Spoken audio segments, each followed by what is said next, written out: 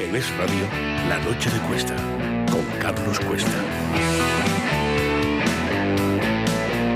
Llevó 45.000 cada vez. Sí. ¿A quién se lo entregó? Me estaban esperando nada más salir del ascensor. Había una persona, era un señor en la segunda planta, ya me dijo, eso lo doy. ¿Quién le entregó a usted el dinero para que usted lo llevara al PSOE? Victoria Aldama. Pues nada. Lo mismo que Joseba en la primera jornada del juicio de la primera patita del caso Koldo PSOE certificaba que él, aparte de estar en la trama de las mascarillas, acudía a Ferraz para recoger sobres y dice, pero yo no veía lo que era. No, que va. Usted coge un sobre y tiene dudas de si va dentro una air fryer o va un fajo de billetes. Dios bendito. Bueno, pues hoy hemos tenido el testimonio que escuchaban de Carmen Pano. Hay varios, luego se los vamos a ir poniendo todos porque son de una gravedad altísima. Carmen Pano certificando ante el Alto Tribunal Español, ante el Tribunal Supremo, que llevaba bolsas de dinero de 45.000 euros cada una, nada más y nada menos. Pero no se crean ustedes que esto ha sido lo único que se ha escuchado. Luego vamos a escuchar la parte del pago por el rescate de Europa. Pero vamos primero con lo que podría ser el montante total de lo que se les pidió. ¿Por qué concepto? Por conseguir la licencia de Villafuel. ¿Qué era Villafuel? La empresa de la trama hidrocarburos. ¿Qué hacían en el caso de hidrocarburos? Vender petróleo manchado de sangre procedente de Venezuela. ¿Limpio? No, de eso nada. No solamente venía manchado de sangre, es que se rebotaba a través de República Dominicana para blanquearlo y luego nos lo traían. El que se quiera creer que ese petróleo tenía ese tránsito y no se enteraban las autoridades españolas, que no dejaban de hablar con Delcy Rodríguez, de verdad, Delcy Rodríguez era la responsable de PDVSA. Ese petróleo salió de Delcy Rodríguez, salió de PDVSA. Pero vamos con el chofer de Carmen Pano, que ha testificado exactamente lo mismo. Pasta por conseguir una licencia. Ese dinero procedía de Claudio Rivas para los pagos de la licencia de Villafuel. Para los pagos de la licencia. Eso es lo que yo tengo entendido, sí. Es lo que tiene entendido porque lo oyó de doña Carmen Pano. Sí, pues lo he oído varias veces, que eso iba a costar 600.000 euros. Anda. O sea que 45 más 45, que creo que no dan 600.000, ¿verdad? Significa que esa entrega de bolsas, 90.000, podría ser simplemente el inicio. Porque había que rellenar el dinero hasta los 600.000. Ahí faltaban 510.000. ¿Cómo se entregaron? Luego está, claro, la casa, también está el chalet de la alcaidesa, que está valorado en 585.000 euros. Sí, entonces, sí. Bueno, pues... O sea que ya nos vamos al millón, largo. Claro, la cosa es si el chalet de la alcaidesa estaba incluido o no incluido en esa cifra de 600.000. Arturo Criado, bienvenido. ¿Qué tal? Muy buenas noches, Carlos. Carmelo Jordá, bienvenido. Muy buenas noches. ¿Cómo os quedáis?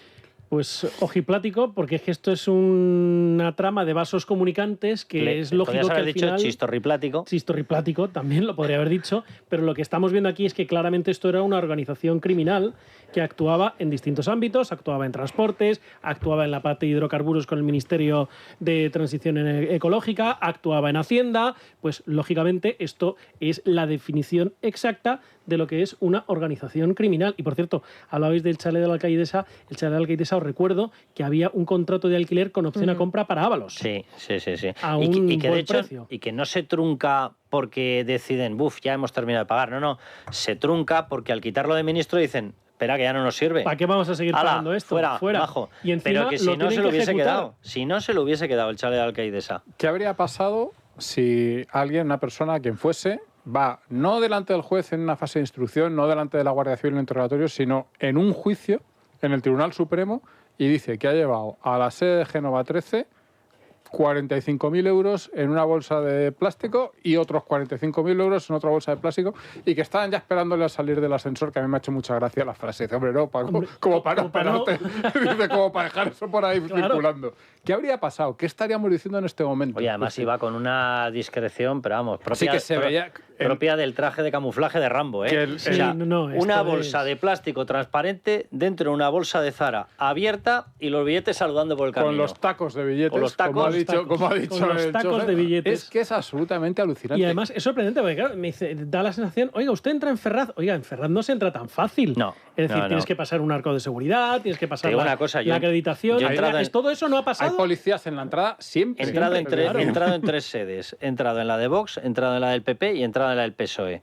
De las tres, yo diría que la que tiene el sistema de seguridad más férreo claramente es la de Ferraz. Sí, probablemente sí. Y hay policías, hay sí. uno o dos furgones de Policía no, Nacional unos metros más allá. Espero no dar ideas sobre la falta de seguridad en el PP, pero... Pasas por la puerta con eso, con las bolsas, con los fajos de billete, con los policías ahí. Y nadie te dice nada. Y nadie te dice nada, no pasa nada. Con los billetes saludando, decía, hola, soy Chistorra. Y tú, yo soy Lechuga. Venimos aquí a ver quién nos recibe, porque claro, tampoco se sabe quién recibe. ¿Qué pasa con ese dinero? Bueno, no se sabe por ahora. Yo eso sí que tengo toda la sensación de que eso es material que se está guardando Carmen Pano. Evidentemente, seguro. Para en determinado momento procesal decir, a ver, la persona en la segunda planta era este cargo. Pero acordaros que la primera vez que dijo que se supo esto de Carmen Pano, si no recuerdo, era un interrogatorio policial, es decir, no era ante el juez. Y todo, no sé qué, no, pues eso no es mentira todo. Luego lo dijo ante un juez y luego lo ha dicho ante el Tribunal Supremo. A mí me parece, insisto, la repera. Y es eso.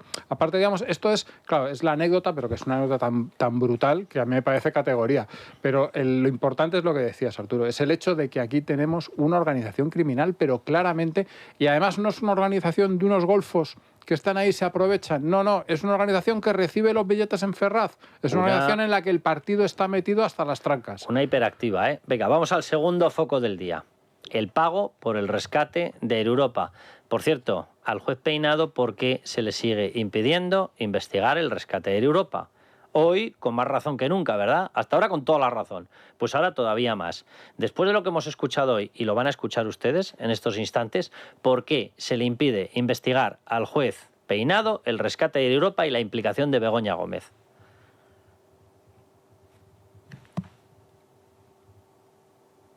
Vamos a escuchar a Leonor Pano, que es la hija de Carmen Pano. Usted manifestó que Víctor le había contado a usted que en casa del señor Hidalgo se habían entregado 500.000 euros a Aldama y a Coldo. ¿Fueron los dos? Los dos, ¿Usted correcto. ratifica esto? Lo ratifico. Anda, 500.000 euros. Ricardo González Mangas, bienvenido. Muy buenas noches. Vamos a recopilar la información que ya tenemos o lo que está apuntando al rescate de Europa, porque esto empieza a ser muy llamativo. Vamos a ver, resulta que en este caso, en el Tribunal Supremo, se está investigando el cobro de un cohecho, de un potencial cohecho, de un presunto cohecho, como es la entrega de unas vacaciones en un chalet Marbella, denominado Villaparra, una cosa así de alto standing, así fina. 1.200 euros la noche. Sí, pero digo lo de fina porque, claro, es que cruzabas el Seto y había un puticlub, Milady Palace. También cobraban por noche. Claro, la nostalgia, es lo que tiene la nostalgia. Eso para Álvaros es una ubicación perfecta. Con un neón de esos estilo Torrente que hace que petardea, un cajero automático, no vaya a ser que te pille la mujer, y así metes la tarjetilla, lo sacas en chistorras y pagas por los servicios. Dios bendito. Vamos con toda esa información. Bueno, sabemos que ha confirmado hoy Leonor Pano que había flujo de dinero de Europa hacia Coldo y hacia Aldama, pero también lo hubo, por ejemplo, hacia la mujer, presuntamente, del presidente del gobierno, Begoña Gómez. Vamos a recordar ahora mismo estas palabras, tanto de Ábalos como de Coldo, en OK Diario, sobre la influencia de Begoña Gómez en el rescate de Europa. Begoña Gómez gestionó la ayuda. Yo no lo sé, lo que sí que sé es que Javier Hidalgo sí que me lo dijo. Los Hidalgo comentaron, y eso fue delante mía, que había que compensar el buen trato que había dado la señora Begoña. ¿Compensar cómo? Pues hombre, yo no sé cómo exactamente lo hicieron, pero las palabras que utilizaron ellos dijeron, empezaron hablando, creo que, si no me equivoco mal, de 100 o 200.000 euros, hasta decir 1 millón. Es que en España asumimos como normal compensar el buen trato dado por Begoña Gómez. Pero, vamos a ver, ¿pero qué trato tiene que dar la mujer del presidente en un rescate? ¿Compensar? ¿Cómo que compensar? ¿Pero qué cachondeo es este? Sí, llega a decir Coldo 1 millón, pero es que, según Coldo, incluso llegó a haber muchísimo dinero encima de la mesa. Una de las veces que estuve y que llamaron a señora Begoña, sí que vi dinero encima de la mesa. Mucho. Para mí, mucho. Para los demás no lo sé. Lo que sí dijeron ellos, que no sé si era cierto o no, se pone, hay que coger estos 200.000, pero no sé nada más. Hablando de Begoña. Hablaron después con Begoña, sí, es cierto. Lo cierto es que Europa siempre ha negado este pago, pero hay que recordar que publicamos en Libertad Digital que el rescate de la aerolínea pasó de 435 a 475 400 a 475 millones. No lo has dicho mal, Ricardo, porque es verdad que la primera notificación oficial fue 435, pero luego localizamos un documento inicial por escrito, totalmente formal, donde efectivamente la primera solicitud no hablaba ni siquiera de 435, hablaba de 400. Sí, sí. Vamos, que al final fueron 75 millones más. Después de la llamada de Javier Hidalgo a Begoña Gómez. De hecho, hay que recordar que Aldama le dijo a Koldo que Javier Hidalgo está muy jodido y se está buscando la vida y acaba de llamar a Begoña. Ese es uno de los mensajes intervenidos por la... 3 de septiembre del año 2020. Y también hay que decir que lo que sabemos es que Globalia, matriz de Air Europa, pactó un pago de 40.000 euros al Africa Center que dirigía Begoña Gómez en 2020. Debido a la pandemia, la aerolínea dice que no se llegaron a pagar esos 40.000 euros. Eso es lo que dicen ellos, pero según las declaraciones de la propia empresa, solo llegaron a abonar los 1.700 euros destinados principalmente a cubrir los billetes de avión para un evento en Londres. Ketty Garat, ¿cómo estás?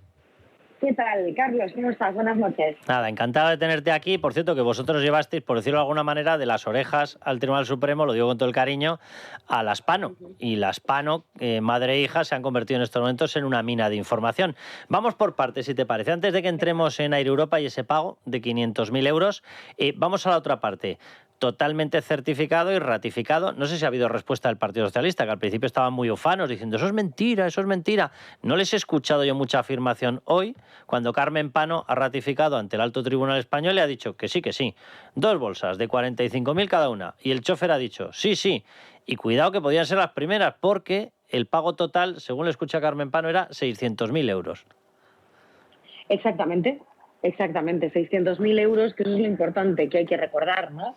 Hoy estaba hablando ahora mismo, y perdóname que hemos retrasado un poco la llamada, precisamente con un magistrado del Tribunal Supremo que me decía estar atónito por la afirmación... Es una de las mejores justificaciones para entrar tarde, Ketty, no lo dudes. No, te prometo que... No, que no lo dudo, tal cual. Y me decía que estaba atónito porque nunca había escuchado en sede judicial, en el más alto tribunal, una afirmación tan obscena como el ministro quiere un chalet, que es la afirmación que le hace Víctor de Aldama a Carmen Pano. Ketty, el señor ministro. El señor ministro, sí, yo le he dulcificado un poco. Que me ha recordado a la película aquella de López Vázquez, un siervo, un esclavo, un servidor. Exacto. Bueno, pues el señor ministro quiere un chalet, nos lo dijo Carmen Pano hace 1 año y medio, en una entrevista en The Objective, en 2 concretamente. Pero es que luego Carmen Pano, que era una bulera, una loca, una propagadora de bulos y de fake news, igual que nosotros, lo ratificó en sede judicial. Esta es la 3ª vez.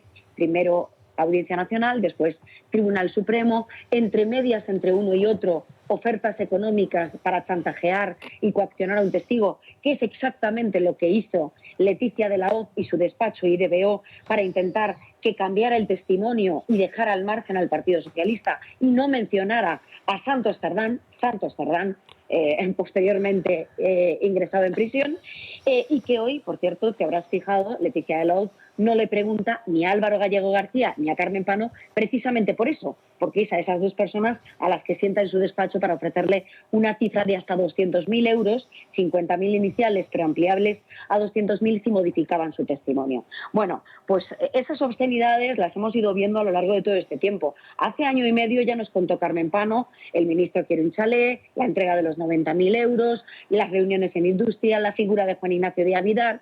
A mí me parece de verdad, primero, gratificante desde el punto de vista democrático, que por lo menos después de toda esta ofensiva burda y obscena por parte del Gobierno y por parte del Partido Socialista para tapar, para desacreditarnos y para que no se conocieran todos estos hechos, todavía quedan personas que sean capaces de llevar hasta el último momento, y hablo obviamente de Carmen Pano, o incluso, fíjate, nunca pensé yo que acabaría defendiendo a Jessica Rodríguez, pero Jessica Rodríguez García, una prostituta que viajaba con el ministro, que es colocada en 2 empresas públicas y que viajaba de manera habitual a razón de 1.500 euros al día, es una persona que por lo menos, pese a las presiones que las ha tenido, y me consta que las ha tenido, y que ha habido intentos de que esta mujer pues se quedara por el camino y no acudiera a declarar al Tribunal Supremo, finalmente ha declarado todo lo que tenía que declarar, y lo que hemos ido publicando los medios de comunicación. Oye, yo creo que Ketty, esto, desde el punto de vista democrático, por lo menos es gratificante, o tenemos que verlo, yo me quedo con el vaso medio lleno en vez de medio vacío, como un halo de esperanza. Bueno, tú te quedas con el vaso medio lleno. Había algunos en este caso que se quedaban con la botella entera. Pero, Ketty, teníamos antes aquí una discusión a micrófono cerrado, Sandra y yo. Una discusión, un debate. ¿Los 600.000 euros incluían el chalet de la alcaidesa o eran a más a más, como se dice por ahí? No, eran a más a más. Dios bendito. Eran a más, estábamos hablando de 1 millón de euros. De hecho, si te fijas en el informe de la UCO, que la gente no, es 1 millón y pico, sí. La gente no entendía, era 1.100.000 aproximadamente, la gente no entendió, o nosotros por lo menos lo explicamos así en las crónicas porque conocíamos la intrahistoria, pero en ese informe hay un momento, en el último informe que se conoce precisamente, creo que era el de sobre hidrocarburos, el de la Unidad Central Operativa de la Guardia Civil, en el que hablaban, se han llevado 1 millón. Ese millón respondía a eso, los 600.000, de los cuales 90.000 euros se entrega a Carmen Pano en Ferraz, y los 536.000 de lo que cuesta el chalet del alcaide que compra Have Got Time y Leonor González Pano. Muy rápido, que se nos echa la publicidad encima. ¿Tú entiendes por qué no se le permite al juez Peinado investigar el caso de Europa con la información que está saliendo? Y me remito al testimonio de Leonor Pano y al propio Tribunal Supremo. El Tribunal Supremo está investigando el pago de unas vacaciones Villaparra, pegados a un puticlub, a José Luis Ábalos por las gestiones realizadas con Air Europa. Hoy, Leonor Pano certifica que, por lo menos por la información que ella tiene, se le habría encargado el pago de 500.000, o lo habrían realizado los Hidalgo, para conseguir el rescate. ¿Por qué no se permite investigar el rescate de Europa? Mira, si se quiere investigar el rescate de Europa, se puede investigar el rescate de Europa. La cuestión es una cuestión de voluntad. Totalmente. Aquí no solo hay como testigos a Leonor González Pano y a Carmen González Pano, o a Carmen Pano. Es que se puede llamar, por ejemplo, cuando nosotros publicamos la exclusiva de ese hotel, de esa villa de lujo Villaparra en Marbella, publicamos una segunda noticia después de la publicación de que se quedó en unas vacaciones pagadas en una villa de lujo en Marbella, contigua al Puticlub Milady. Publicamos al día siguiente que entre los primeros días que Ábalos llega precisamente a esa estancia pagada, como contraprestación a la publicación de la nota de prensa del rescate de Europa, van a visitarle Javier Hidalgo y Víctor de Aldama. Javier Hidalgo en una caravana de grandes dimensiones. Y el motivo de la visita era para comprobar que todo estaba a gusto del ministro. Con lo cual, lo que nos contaron las fuentes que nos revelaron esa información es que ellos eran los que estaban pagando esa estancia, como luego confirmó la UCO. En ese chalet, y pueden acreditarlo, había muchos trabajadores, pero también estaba, por ejemplo, Carolina Perles, estaba el hijo de Ábalos, estaban los otros 2 hijos, había personas que estaban en el servicio doméstico, estaba Coldo García. ¿Cuánto medía la villa, Ketty? Bueno, la villa era una megavilla con 7 habitaciones, 4 cuartos de baño, un jardín de grandes dimensiones. No, era una villa de lujo absolutamente. Sí, o sea, unos 700 metros, vamos. Quiero decir que hay aproximadamente fueron familiares, de hecho, de Carolina Perles, hay aproximadamente una treintena de testigos que podrían acreditar, si fueran llamados por el Tribunal Supremo, precisamente como testigos, los hechos que relatamos en su día. Esto es una cuestión, insisto, de voluntad. Igual que hemos tardado 4 años en que se ratifiquen precisamente las informaciones sobre Jessica, yo quiero pensar que de aquí a 4 años conseguiremos que algún testigo más vaya a declarar a la Audiencia Nacional para acreditar precisamente las prebendas y las contrapartidas que ha recibido varios miembros del Ejecutivo por el rescate de Europa. Yo no quiero esperar 4 años, yo lo quiero ya, pero bueno. Yo tampoco, pero me ha obligado los últimos 4 años a tener paciencia y la verdad es que no va mal ejercitarse. Ketty, un abrazo, un beso fuerte. Un beso muy fuerte, querido. Venga, nos vamos a publicidad, volvemos y les seguimos dando información porque hay mucho más tema pasta, PSOE. El Partido Socialista ha colaborado con la justicia, el Partido Socialista ha presentado las cuentas, el Partido Socialista tiene auditorías internas, auditorías externas, hemos entregado los Excel y cuadran mimétricamente las salidas y las entradas en efectivo del Partido Socialista. Así que yo creo que ahora está todo en manos de la justicia. Somos además los más interesados en conocer la verdad, se lo digo muy sinceramente, porque demostrará una vez más que el Partido Socialista es un partido limpio. Montse Mínguez, portavoz del Partido Socialista, cojan estas declaraciones y compárenlas con lo que acabamos de estar escuchando. Bolsas de 45.000 euros entrando, pagos totales de 600.000 euros, al margen un chalet para el señor ministro. Y vamos todos allá con la caravana a comprobar, incluido Javier Hidalgo, nos lo acaba de contar Ketty Garat, todos allá a comprobar que esté cómodo, que esté a gusto, no vaya a ser que no nos den el rescate. Compárenlo. La otra persona hablando de pagos de 500.000 euros para un rescate, los otros hablando de que llevaban bolsas por todos los lados, Joseba García Izaguirre diciendo que salía de una trama y se iba a Ferraz a coger los sobres de dinero. Pues menos mal que no hay material para abrir una investigación, que por cierto, Bolaños, Monsemínguez, que está ya abierta, que hay una pieza abierta en la Audiencia Nacional, una pieza secreta sobre las finanzas del Partido Socialista. La Audiencia Nacional investiga casos de corrupción y solamente abre una causa cuando hay indicios penales. Ergo, la Audiencia Nacional tiene abierta una causa por indicios penales sobre las finanzas irregulares del Partido Socialista. Si no, no estaría esa pieza. De hecho, es secreta porque la relevancia es tan brutal que en la Audiencia Nacional la justicia sabe que afectaría al partido en el gobierno. Por eso se mantiene secreta, para hacerles a ustedes el menor daño en imagen posible, no porque no haya caso. Bien, bueno, vamos a hablar con Alejandro Entramasaguas, que nos está escuchando ya. Alejandro, ¿cómo estás? Hola, Carlos, buenas tardes. Venga, luego vamos a volver al tema pasta Partido Socialista, pero vamos con otra de las personas que ya se han convertido en habituales de las tramas de corrupción. Y me estoy refiriendo a José Luis Rodríguez Zapatero. ¿Está imputado? No. ¿Aparece manchado? Por todas partes. Y me temo, Alejandro, que lo mismo aparece en breve, todavía más manchado. Lo digo porque tú has publicado que hay una reunión monitorizada por parte de la policía que demostraría que José Luis Rodríguez Zapatero, sus cobros, sus 450.000 euros, los 198.000 de las hijas, no eran por hacer informes de consultoría global. No. Era por ayudar en el rescate de Plus Ultra.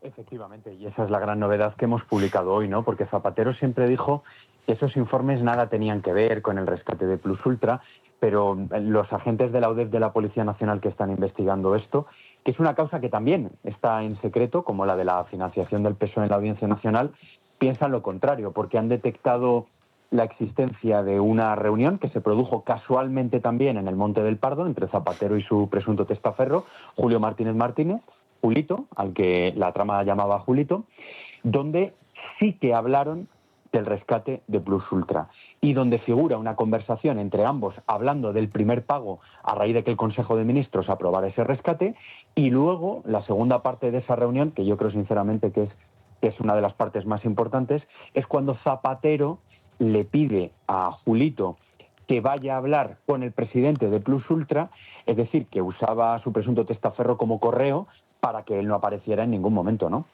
Yo de verdad empiezo a sentirme un mindundi, porque no voy nunca a correr con calcetines fosforitos a la zona del Pardo, empiezo a sentirme discriminado, vamos. O sea, por lo visto en el Monte del Pardo ocurría absolutamente todo.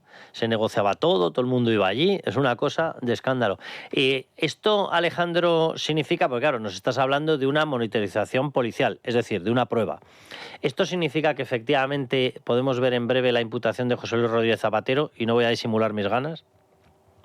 A ver, yo estoy convencido de que Zapatero va a acabar, en referencia a este asunto, sentado frente a un juez, ¿no? Desconozco en estos momentos si va a ser en calidad de imputado o de testigo, pero va a tener que dar explicaciones, básicamente por dos razones, ¿no? En primer lugar, por el motivo real del cobro, a través de la sociedad Pantalla Análisis Relevante, porque si nada tenía que ver con el rescate de Plus Ultra y el único cliente, la única fuente económica que tenía esa sociedad interpuesta era la aerolínea venezolana, pues o bien Zapatero miente o se trataba de trabajos simulados, va a tener que dar explicaciones sobre eso. Y luego, sobre este último extremo, de por qué él pilotaba todos los pormenores del rescate de Plus Ultra a través de Julio Martínez Martínez, ¿no? Que esa es una de las grandes incógnitas. Si él decía que nada tenía que ver con el rescate, ¿por qué los agentes tienen monitorizado al menos este encuentro, ¿no?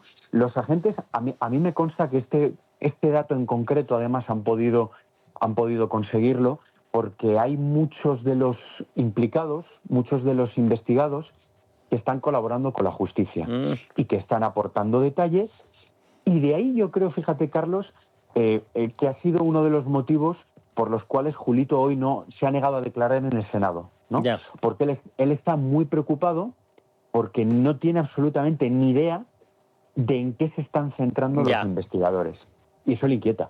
Vamos, que hable de lo que hable puede meter la pata. Efectivamente, ese es el asunto. Alejandro, no sé si has visto tú la comparecencia, vamos a escuchar a Julio Martínez, le llamaban ellos Julito, no es que le llamemos nosotros.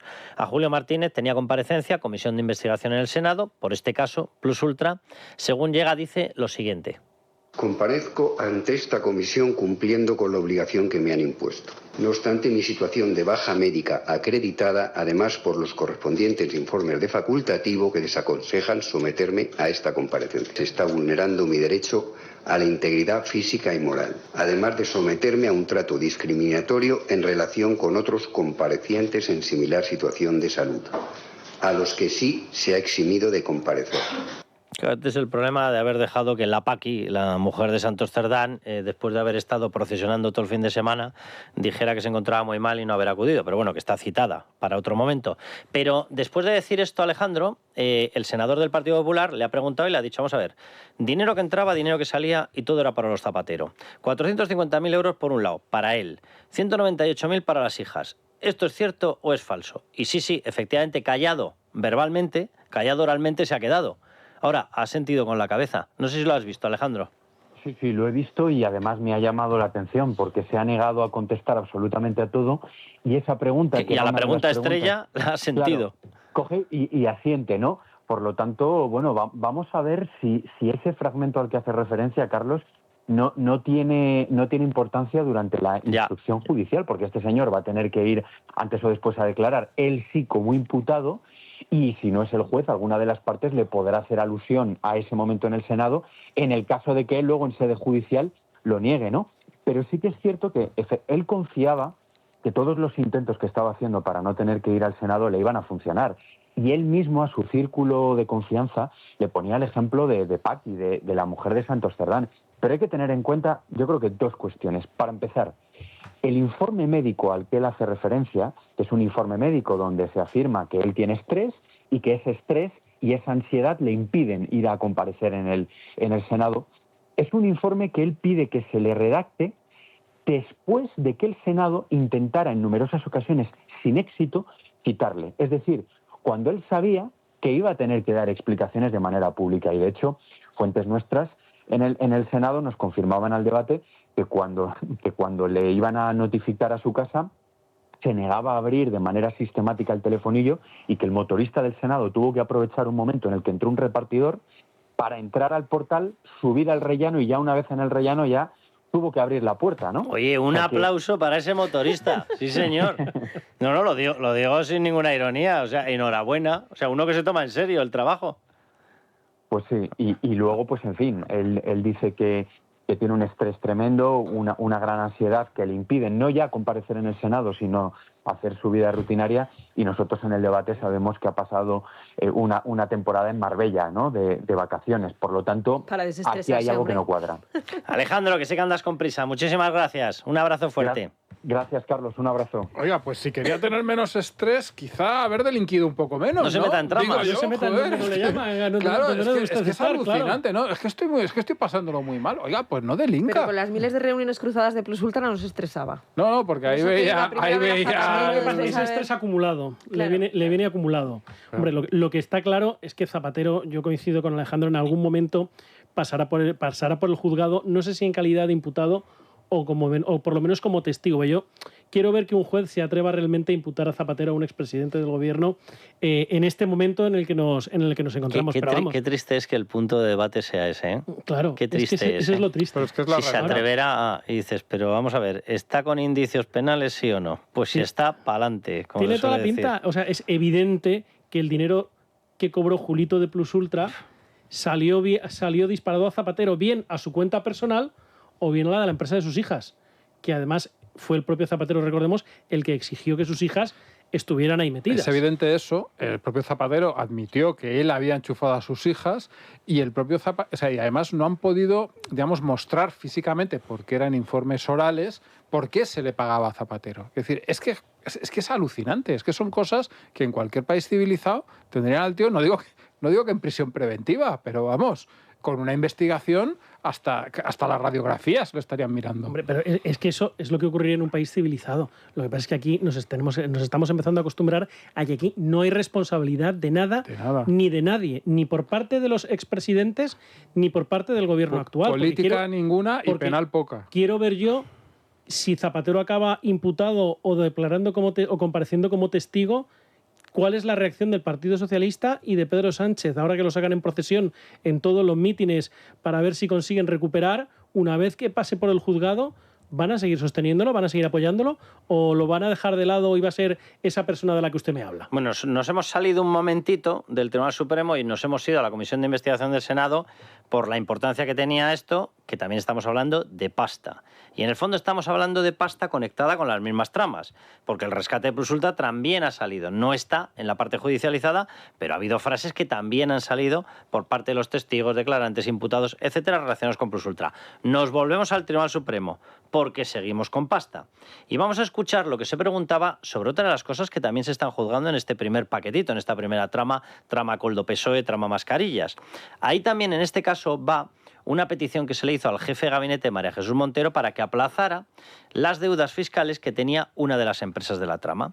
Se le pidió, según Víctor Aldama, al jefe de gabinete, primera ilegalidad, eso no es el cauce ordinario, obviamente. Segunda ilegalidad, según Víctor Aldama, le habría pagado 25.000 euros por la gestión. Tercera ilegalidad, no solamente habrían hablado de eso, sino que supuestamente le ayudaron a encontrar una vivienda. Le ayudaron.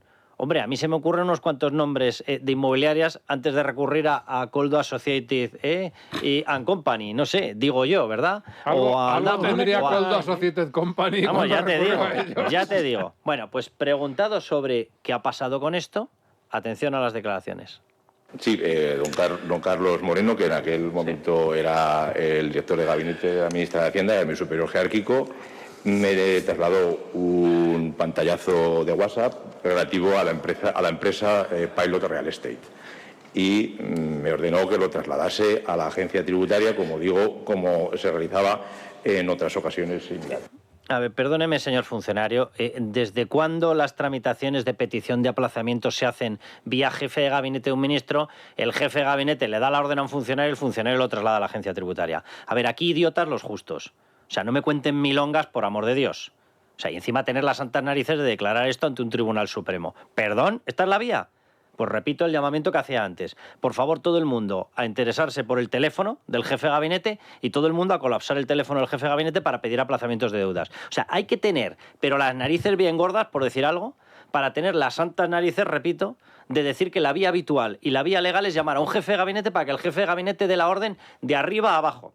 En vez de que hagas la tramitación de abajo arriba y te trates la mala educación con la que te suele tratar Hacienda. Que está el funcionario ahí, perdona, está el funcionario, recibe un expediente normal que le llega por la vía normal y luego recibe el expediente que le llega por la vía del jefe de gabinete del ministro y seguro que los trata igual. Y dice, como se realiza en otras ocasiones similares. otras ocasiones de enchufes. De enchufes, claro. Es que ese es el problema, porque además no te mandan a cualquier sitio, no, te mandan, y eso lo hemos publicado nosotros en El Español, a la Dirección Provincial de la Agencia Tributaria de Madrid y te recibe la entonces directora de la Agencia Estatal de la Agencia Tributaria en Madrid, que es la que te dice, oye, pues sí, mira, me ha llegado esto, vamos a echarle un vistazo y a partir de aquí nos ponemos en marcha. Hombre, esta no es la vía. O sea, es que a veces yo creo que nos toman por tontos. Bueno, segunda parte de esta declaración sobre el jefe de gabinete y los favorcillos fiscales. Que yo de oídas, posteriormente ya luego lo supe, porque era Claudio quien alardeaba de que ya íbamos a tener el título de operadora. Además nos metía a todos. Ya vamos a tener el título de operadora. No, esto no era. Esto era sobre Villafuel. Vamos con la otra parte de la declaración sobre Carlos Moreno. ¿Qué respuesta le dieron en la agencia tributaria? La respuesta que me dieron en la agencia tributaria es que habían hablado con el representante de la empresa y que la deuda no era aplazable. Vamos a ver, Sandra, hemos estado buscando información y lo que aparece en el sumario, de nuevo, no es esto.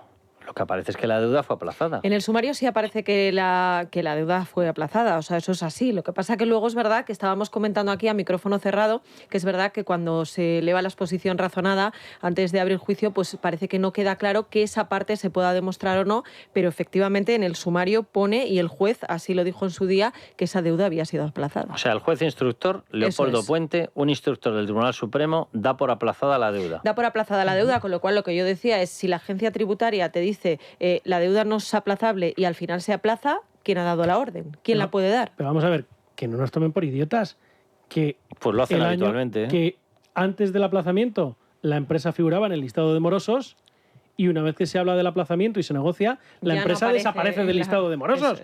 Luego entonces o han pagado, que no parece que hayan pagado, o la deuda ha sido aplazada y por lo tanto te quitan de ahí porque ya no tienes necesidad de estar en ese momento en el listado, porque ya estás empezando a pagar con un aplazamiento y por lo tanto la deuda se reduce. En este país vamos a tener que hablar muy en serio, y cuando venga un gobierno nuevo, si es que viene, tendrá que verlo muy en serio con lo que ha pasado con la agencia tributaria. Es decir, porque esto es un ejemplo, digamos, ya evidente de... No, dilo en presente. Está pasando, es cierto, eso lo que es. está pasando, es verdad. Con la agencia tributaria, o sea, no es solo esto, es que la agencia tributaria ha sido ciega, manca y sorda en todos los casos que estamos viendo. Aquí todo el mundo se lo está llevando crudo, los billetes iban de acá para allá, los fajos, las chistorras, y nadie se ha enterado. El hermano de Sánchez viviendo aquí, viviendo allá, y nadie se ha enterado. Es decir, pero a eso te respondo yo, porque es que estaban todos ocupados conmigo, que llevo 5 inspecciones en un año. Oye, claro. Yo creo que hay gente para inspeccionarte a ti y para inspeccionar al hermano de Sánchez, me da la impresión. Lo que no sé exactamente qué miran, pero oye, vamos. Seguro que hay menos agentes de la UCO que inspectores de Hacienda y hacen más trabajo. Detrás mío ya te digo yo que sí, seguro. Es que es alucinante, pero de verdad, es decir, yo creo que es que esto es un patrón. Esto no son casualidades, esto es un patrón. Esto es el patrón de que se ha estado utilizando la agencia tributaria como una herramienta política, y eso a mí me parece que son una ristra de delitos. Quiero decir, que llega aquí, que empieza aquí y acaba en Pernambuco. Y una lista de delitos que no los comete, no sé, el inspector o el funcionario al que le llegan los expedientes desde arriba. No. Los cometen los que están arriba dando órdenes. El que da la instrucción y el que da la orden, claro. Que, por cierto, la agencia tributaria tiene un sistema que debería estar impidiendo esto. Volvemos a la misma historia de lo que está pasando con los trenes. Los trenes sí tienen un sistema que detecta las fisuras de las vías. Que no nos tomen de nuevo por imbéciles supinos. Por favor. O sea, otra cosa es que lo hayan desconectado. Otra cosa es que esté mal instalado. Otra cosa es que esté deficitario. Otra cosa es que no esté nadie atento a eso. No, pero eso es otra cosa. Sistema de detección de fisuras en las vías hay. Y en la agencia tributaria hay un sistema de detección de cualquier persona que, de forma ajena al inspector que tiene asignado esa investigación, mete mano. Y queda registrado. Entonces, que no nos tomen por imbéciles, de verdad, ¿eh? O sea, claro que se sabe quién ha podido dar esa orden. Claro que sabe este funcionario, para empezar, que eso no es el mecanismo ordinario. Lo sabe absolutamente todo el mundo.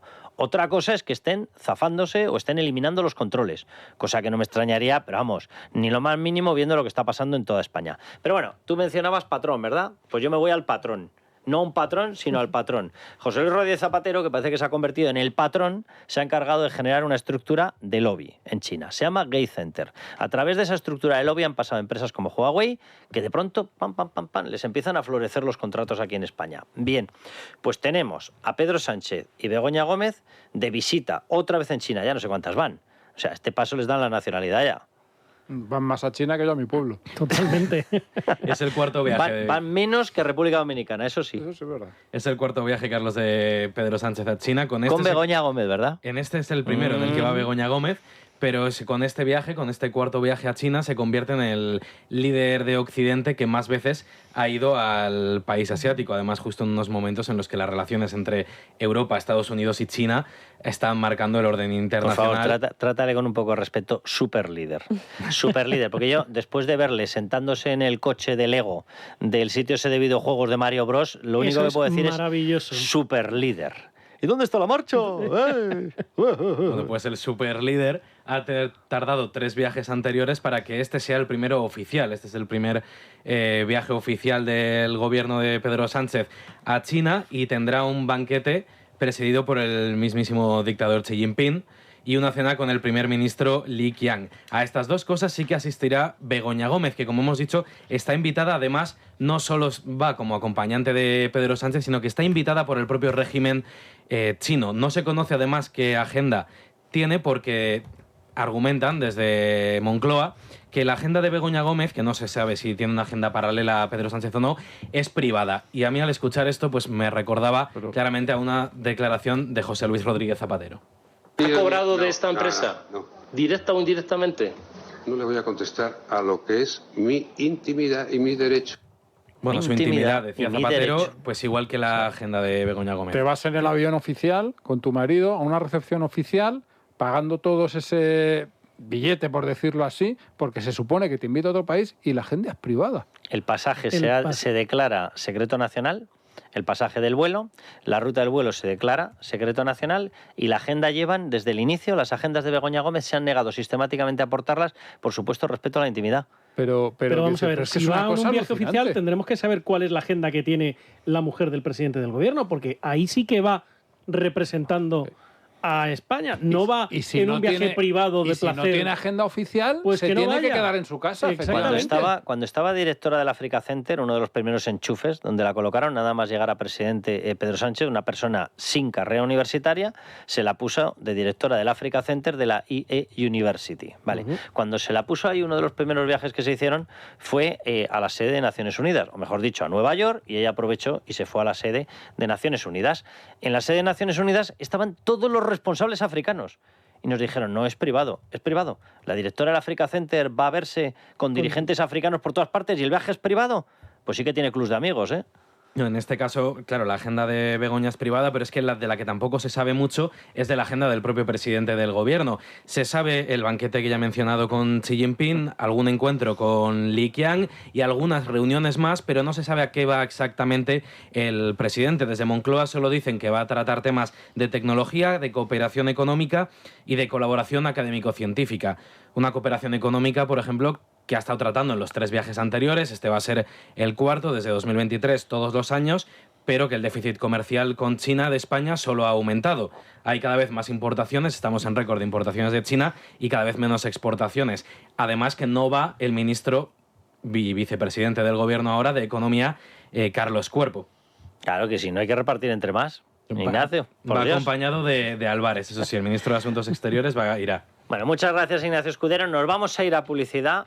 Volvemos y nos vas a dar un consejo sobre Prana para defendernos de esa hacienda que considera un trámite muy normal el entrar a través del jefe de gabinete, pero un trámite muy extraño que pretendas tener una vida pacífica pagando el pedazo de saqueo fiscal al que nos someten aquí en España. Y por si fuera poco, ya saben que pronto será obligatoria la facturación digital. Por eso desde Radio queremos que su negocio cumpla con la normativa Verifactu y te recomendamos para ello Prana, el software de gestión más sencillo e intuitivo del mercado. Prana optimiza todos los procesos con una única aplicación y desde solo 19 € al mes. Pero además, por ser oyente de Radio, puedes probarlo gratis 30 días y disfrutar de un 10% de descuento adicional en todos los planes. ¿Qué tienes que hacer? Bueno, pues entrar en pranalibertad.com e introducir el siguiente código LD de Libertad Digital y 10 del descuento del 10%.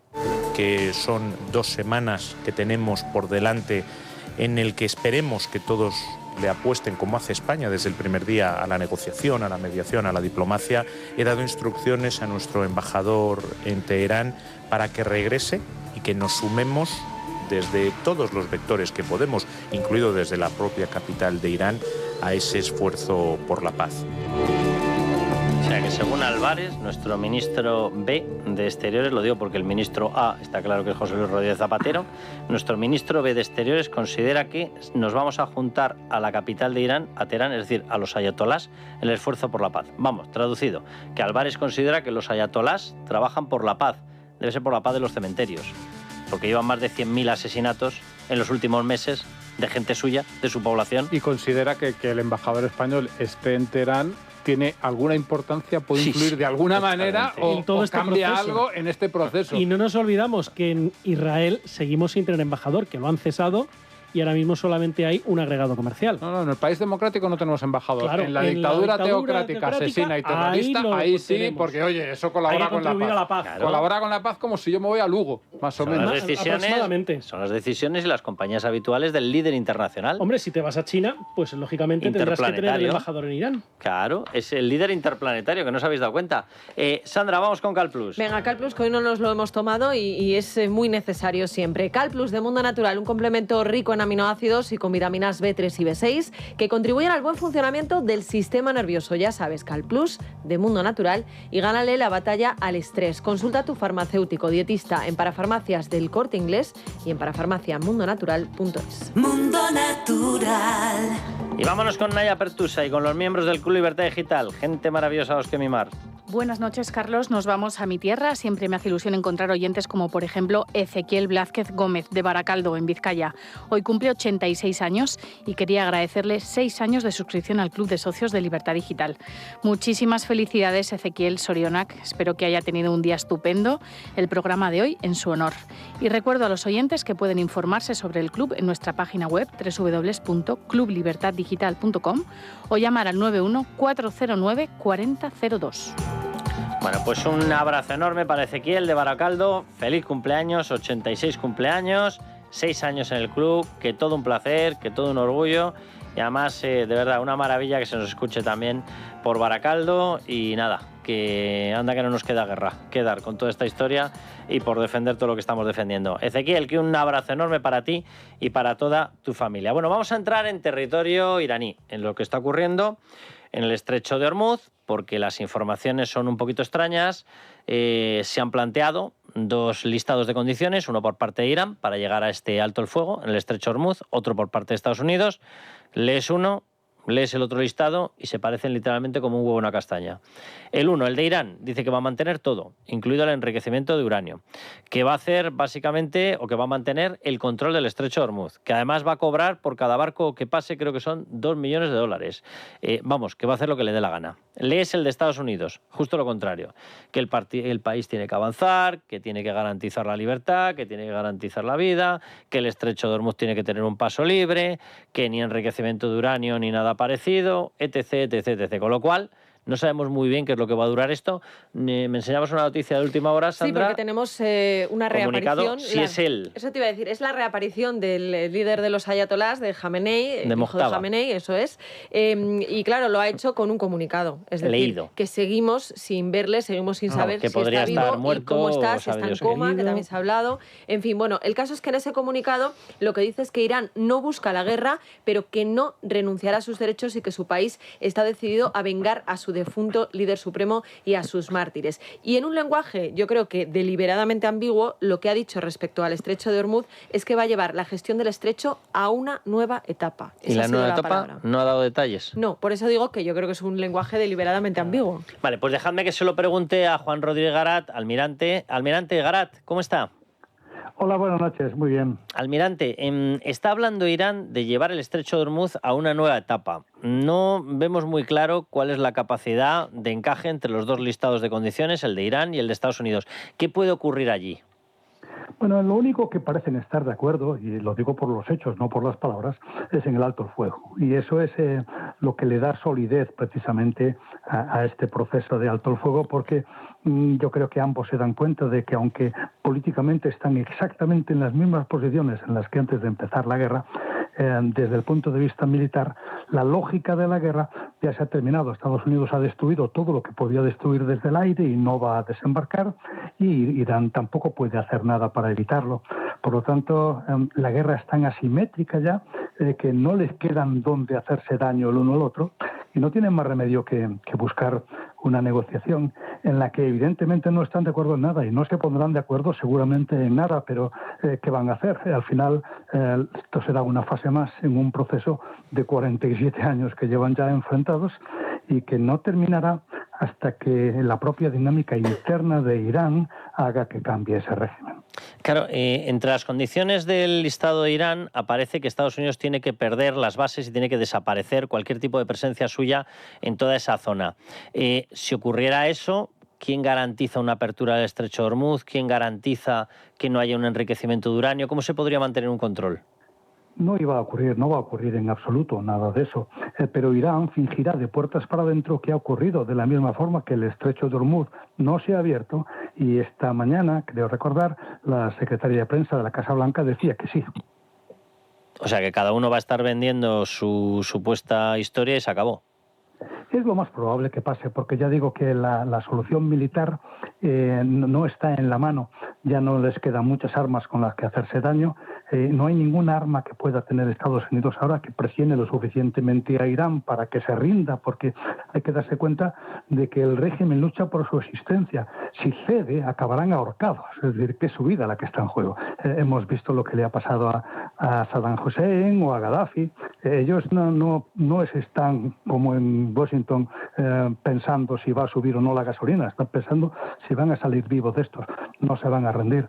Y tampoco ellos pueden hacer nada, evidentemente, por atacar a Washington, más que lo que están haciendo, que es cerrar el estrecho de Hormuz, sabiendo que eso y el tiempo pues les puede conseguir que el presidente Trump les deje o renuncie al derribo del régimen, que es lo que había prometido, y se conforme con lo que buenamente pueda conseguir. Claro, por lo que nos está diciendo, almirante, el estrecho de Hormuz no se va a abrir, por lo menos no de una forma sensible. Sí, terminará abierto. En cuanto a los bombardeos, estas situaciones la tregua no es más que el prólogo de una situación de desescalada que conviene al mundo, y terminará completamente abierto y terminará cumpliéndose lo mismo que en el estrecho de Gibraltar, el derecho marítimo internacional, que impide que nadie ponga límites ni cobre dinero por pasar por un estrecho internacional. Eso va a ocurrir. Tardará quizás algunas semanas, pero va a ocurrir, no tengo ninguna duda. Vale, o sea que lo que vamos a ver es una venta cada uno de su versión, y por parte de Estados Unidos de decir: yo ya lo he solucionado, ya he puesto las bases para que ahora, si quiere la población iraní que se levante, o los kurdos entren, o lo que quieran, el estrecho de Hormuz ya he conseguido, aunque no sea verdad, ya he conseguido liberarlo, por lo tanto puedo parar los ataques. Sí, eso es lo más probable, cada uno cantará victoria, y es realmente lo que era de esperar al principio de esta guerra, porque la verdad es que es difícil pensar cómo pudo seguramente Israel convencer a Estados Unidos de que iba a poder derribar el régimen.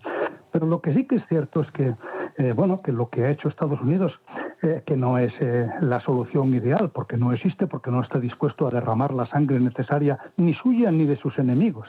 Las amenazas de llevar a Irán a la edad de piedra eran evidentemente de boquilla. No está dispuesto a derramar esa sangre a Estados Unidos, entonces lo que puede conseguir ya lo ha conseguido. Qué duda cabe de que al régimen le ha destruido una buena cantidad de sus misiles balísticos, los volverá a recuperar, desde luego. Habrá retrasado otro poco más su programa nuclear y habrá metido quizá un poco de miedo a los líderes del régimen islámico, que saben que el presidente Trump no siempre cumple las amenazas, pero a veces sí. Por lo tanto, al final es posible que si los líderes de Irán aprenden esa lección y el presidente Trump aprende también la suya propia, que es que la fuerza militar no le garantiza victorias absolutas, no cuando no esté dispuesta a ampliarla absolutamente, pues yo creo que es la consecuencia de todo esto al final puede no ser tan mala como ahora nos puede parecer. Y por la parte de Israel, Israel acaba de comunicar que comienza negociaciones con el Líbano, pero claro, Israel, que sí que tiene una agenda mucho más clara, está cansado ya de que Irán utilice desde el Líbano a Hezbollah para atacarle, un grupo terrorista, y desde la Franja de Gaza, que esto ya está en otra fase, está en un plan de paz, y ese sí que es verdad que parece que avanza, que le hiciera lo mismo otro grupo terrorista llamado Hamas. ¿Israel puede aceptar estos términos y efectivamente negociar con Líbano y parar esta historia? Lo hará, porque también tiene en cierto modo el mismo problema que el presidente Trump. Las propias Fuerzas Armadas de Israel, que tienen mucha más voz de lo que estamos acostumbrados a oír en Occidente, y porque tienen un apoyo popular enorme, han dicho que esta campaña no les va a permitir desarmar a Hezbollah. Y si eso no va a ocurrir, porque no va a ocurrir, porque va mucho más allá de lo que pueden hacer. De hecho, ni siquiera han conseguido desarmar a Hamas. Es verdad que la tregua en Gaza funciona bastante mejor de lo que algunos pensaban, y que poco a poco el problema se va resolviendo, por lo menos por ahora. Ya veremos dentro de 5 años. Pero eso que consiguieron, que no llegaron a conseguir en Gaza, que la ocuparon completamente, luego se han ido retirando de algunos puntos, pero que lo ocuparon completamente, es mucho más difícil de conseguir en el Líbano, que es un país muchísimo más grande y en el que tiene un espacio estratégico Hezbollah para retirarse inmenso. O sea que el propio ejército de Diego ha dicho que no se puede conseguir la opción maximalista de derrotar definitivamente a Hezbollah.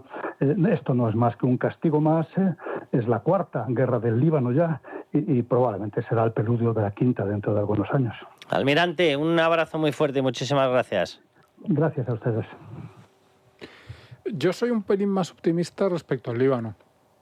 Y obviamente... De la actuación de Israel. Solo por aclarar una cosa, esto no significa el que vayan a iniciar negociaciones que haya una tregua, no hay tregua, o sea, eso ya lo ha dejado claro Netanyahu. Las negociaciones no son entre los contendientes de la guerra. Los contendientes de la guerra son Israel y Hezbollah. Y Hezbollah, no Israel y el no el Líbano. Líbano, efectivamente. Pero sí que es cierto que yo creo que puede haber un cambio, podemos estar ante un cambio significativo respecto a lo que ha sido y lo que va a ser de aquí en adelante Hezbollah.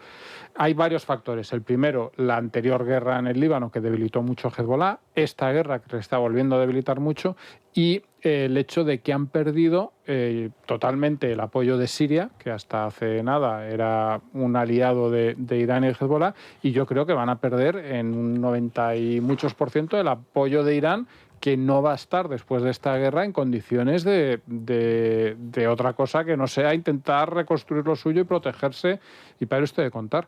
Y ahí se produce un cambio significativo. Hasta hace nada, Hezbollah era el ejército más importante del Líbano, más importante que el ejército regular del Líbano. O sea, en un caso de guerra civil, Hezbollah tenía más fuerza militar que el ejército del Líbano. Y ahora los analistas empiezan a decir que esto ya no es así, que ya el ejército del Líbano es más importante. Y eso yo creo que puede, con esta campaña de Israel, y si hay un acuerdo con el gobierno legítimo del Líbano, que desde luego no es Hezbollah, puede haber un cierto cambio en el Líbano y que se quiten de encima estos hijos de la perra de Satanás, como diría Federico. No sé si tan efectivamente, pero sí que la posición de Hezbollah se debilite también mucho por ese flanco y que no desaparezcan, porque es muy difícil que desaparezcan este tipo de organizaciones. ¿Pero tú le ves al Líbano con ganas de desafiar a Hezbollah? El Líbano, todas las del mundo. ¿Sí? Decir, ¿Y se atreverían? Lo que pasa es que no pueden, no, que se atreverían es otra cosa, pero el Líbano está harto de Hezbollah. Son capacidad para enfrentarse. Son unos tíos que están con su propia agenda. Si no digo eso, digo que se atreviese. Eso es que depende de cómo esté Hezbollah, que desde aquí es muy difícil. Hezbollah depende de la financiación de Irán. O sea, es verdad que Irán, su capacidad productiva ha quedado muy tocada, pero sigue siendo las terceras mayores reservas petrolíferas del planeta. Pero en este momento parte de esa capacidad productiva de petróleo está destrozada. Sí, el país está claro. completamente destrozado militarmente, es decir, se han machacado los arsenales en no sé qué, no sé cuántos, y yo veo muy difícil que en esas condiciones, y también en unas condiciones que ya venían de antes, es decir, las manifestaciones que hubo en enero y que se acabaron, como bien has dicho antes, con miles y miles de muertos, porque los ayatolás son lo peor que hay en este mundo, eran porque el país lo está pasando muy mal económicamente y la gente está harta de que mientras el país lo pasa muy mal económicamente, se les envíen a estos terroristas dinero y armas. Arturo, te voy a preguntar por el papel de España. Porque claro, esto ha tenido distintas fases. La primera fase de ataques muy claros por parte de Estados Unidos e Israel contra el régimen de los ayatolás, que hay que recordar que esos ataques se producen después de que se hayan certificado prácticamente 100.000 muertes, 100.000 asesinatos por parte del régimen asesino de los ayatolás contra su propia población. Estados Unidos e Israel dicen que esto se tiene que acabar, que esto es una barbaridad, y atacan. A partir de ahí se traslada, se me ha caído el boli, nada más. A partir de ahí se traslada el conflicto por parte de Irán, que lo lleva al estrecho de Hormuz para intentar provocar una crisis internacional en todo Occidente que se presione a Estados Unidos e Israel y se les retiren los apoyos. Hay que decir que entre otros países también lo tenían fácil, lo han conseguido, por ejemplo, con España, que no solamente no es que no les hayamos dado apoyo, sino que nos hemos dedicado a tocar las narices. Y ahora estamos en una fase en la que el gobierno está intentando dar la sensación de que hemos sido líderes o no sé qué de qué, cuando lo cierto es que, como nos decía el almirante, esto ha llevado el curso natural. En estos momentos se ha terminado la campaña bélica, ya no se puede hacer más militarmente y se tienen que entender. ¿Qué te parece la actuación del gobierno de España? Yo creo que el gobierno de España ha hecho lo que quería hacer, que es quedarse al margen totalmente para conseguir que Sánchez pudiera confrontar con el no a la guerra directamente con Trump, porque él sigue pensando que es el gran líder de la izquierda del mundo mundial que puede frenar a la ultraderecha a lo largo y ancho de todo el mundo. De hecho, hoy lo vemos, lo comentábamos antes. Oye, ¿qué hace España abriendo en Irán? O sea, enviando a Irán al embajador y no lo manda a Israel. Bueno, pues esto ya te da una idea de cuáles son los planes. Ellos quieren sumarse siempre a la parte positiva. El problema es las consecuencias que esto va a tener. Porque Trump ya está diciendo, y ayer se reunió precisamente con el máximo responsable de la OTAN, para decirle que está un poquito enfadado con algunos de los miembros de la Alianza Atlántica, que se está planteando tomar medidas. Y a lo mejor las bases no se las lleva porque las bases, en el caso de las que están en España, son nuestras, son españolas. Sí, además los militares americanos parece que están diciendo que no se fían de Marruecos. No terminan muy claro de irse a Marruecos o no. Entonces, a lo mejor ahí podemos salvarnos, pero que reduzcan al mínimo la actividad de las bases en España, eso sí puede ocurrir. Que tengamos algún otro tipo de consecuencia diplomática o consecuencia económica en el medio-largo plazo, la vamos a tener seguro, porque Trump es de los que no olvida y en algún momento va a pasar la factura. Porque a Trump ahora mismo, de todo esto, lo único que le interesa es salir de Irán cuanto antes, que tiene elecciones a la vuelta de la esquina y se le está empezando a poner la opinión pública en contra. Sandra, si tiene que elegir Donald Trump un castigo para España, ¿dónde nos puede golpear? Bueno, pues precisamente en lo que acaba de decir Criado, ¿no? En trasladar las bases de Rota y Morón, que es precisamente lo que hoy señala exactamente el Wall Street Journal que podría hacer. Lo que dice es que Donald Trump está barajando castigar a los países que no han apoyado su intervención en Irán y claro, cuando se habla de este tipo de países, pues obviamente toda la prensa nacional e internacional señala a Alemania y a España. Nos puede retirar, puede trasladar las bases de Rota y Morón y es que hace unos días, después de que el senador Lindsey Graham apostara precisamente por esto, el propio presidente de Estados Unidos reconoció que esa era una posibilidad que estaba sobre la mesa. Lindsey Graham le ha pedido que reconsidere las bases estadounidenses en España y en Alemania tras lo que han hecho en el estrecho de Hormuz. ¿Cuál es su...? Bueno, lo merece. Él tiene razón al pedir eso y creo que la OTAN ha decaído mucho porque deberían estar ayudando con el estrecho. Ellos obtienen gran parte de su energía del estrecho de Hormuz.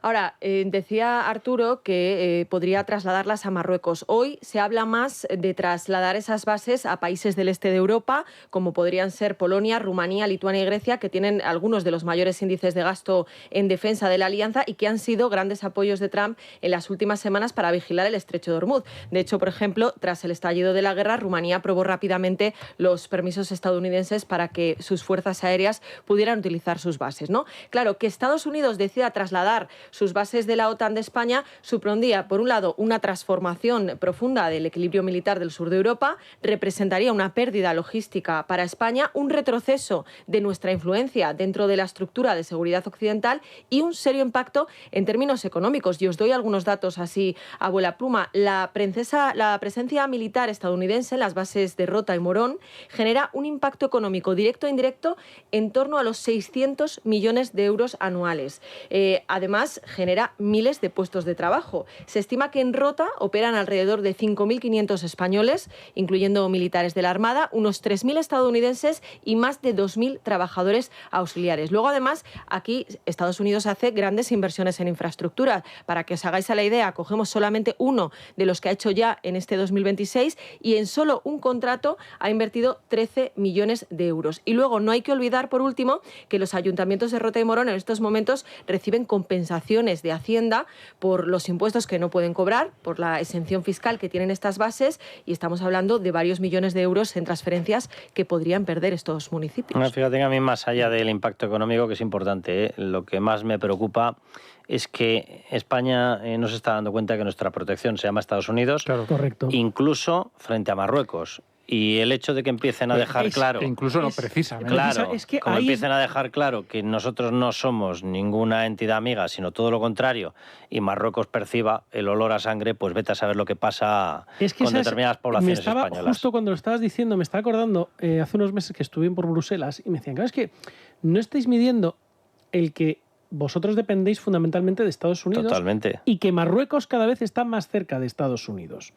Dice, si por cualquier circunstancia a Marruecos le da por ir contra Ceuta y Melilla en un momento determinado, o las relaciones con Estados Unidos son positivas y militarmente son muy buenas y por lo tanto opta por decirle a Marruecos, estate quieto, o si no, de lo contrario, puede ocurrir que en un momento que Marruecos huela a sangre, como dices, diga, oye, es el momento, por Ceuta y por Melilla, y que Estados Unidos diga, esto es una cosa tuya esto con es Marruecos, cosa vuestra. Apáñese Europa y apáñese España. Sobre el tema del estrecho de Hormuz, Irán está filtrando que en estos momentos, por lo menos con lo que hay hasta ahora, con las negociaciones que hay, que permitiría el tránsito de 15 buques al día.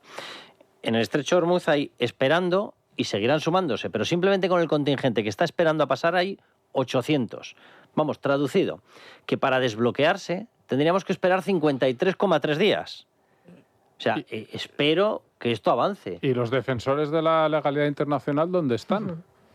decir, porque están con el líder internacional, con Pedro Sánchez. Bloquear un estrecho es algo completamente en contra de la legalidad internacional y aquí no... ¿Quieres escuchar dónde estaba ayer el líder internacional, Pedro Sánchez? Que se fue a un salón de videojuegos a grabarse un TikTok y se sentó en un mini coche de Lego, que espero seguro que comprobó la etiqueta del coche de Lego, y diría, por favor, que sea cero emisiones, que sea eco guay, no vaya a ser que salga de aquí un poquito de humo. Y se sienta, y escúchenle, porque es que lo ha puesto él en TikTok, que es muy gracioso él. Venga, ¿dónde está la marcha? Además distinto, porque se puede jugar a todo lo que tenemos. Ahí lo tienen, se sienta en el coche de Lego, se pone encima de las piezas. ¿Dónde está la marcha? Es tremendo. Estamos pensando ya en la campaña el electoral. Líder internacional. Yo lo siento mucho. El líder internacional está pensando en las elecciones y está pensando en buscar el voto joven y no sabe cómo encontrarlo. No sé si esto lo atrae o lo espanta, pero bueno. Bueno, él cree que lo acerca, pero bueno. Bueno, Ignacio Escudero, danos un consejo sobre Clínicas Cres, que yo creo que Pedro Sánchez, después de meterse en ese minicoche, debe tener las rodillas finas.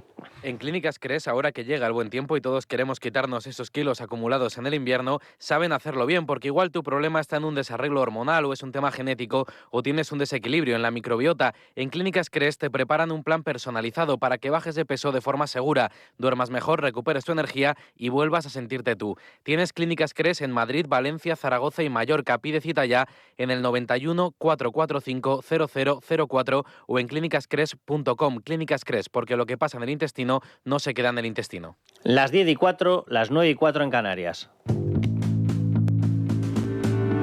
En Es Radio, La Noche de Cuesta, con Carlos Cuesta. Ricardo González Mangas, bienvenido. Buenas noches. Bueno, vamos a actualizar la información empezando por Irán. Supuestamente el ayatolá Mojtaba Jamenei, porque es un comunicado leído, vayan ustedes a saber si es de Mojtaba Jamenei o de su tía la del pueblo, ha dicho que no buscan la guerra, pero que no van a renunciar a sus derechos. La televisión estatal iraní ha leído un nuevo mensaje atribuido al dictador iraní, al que no se ha visto ni se ha oído desde el primer día de guerra en Oriente Medio, en el que afirma que su país está decidido a vengar la muerte de su padre, fallecido en un ataque conjunto de Estados Unidos y de Israel.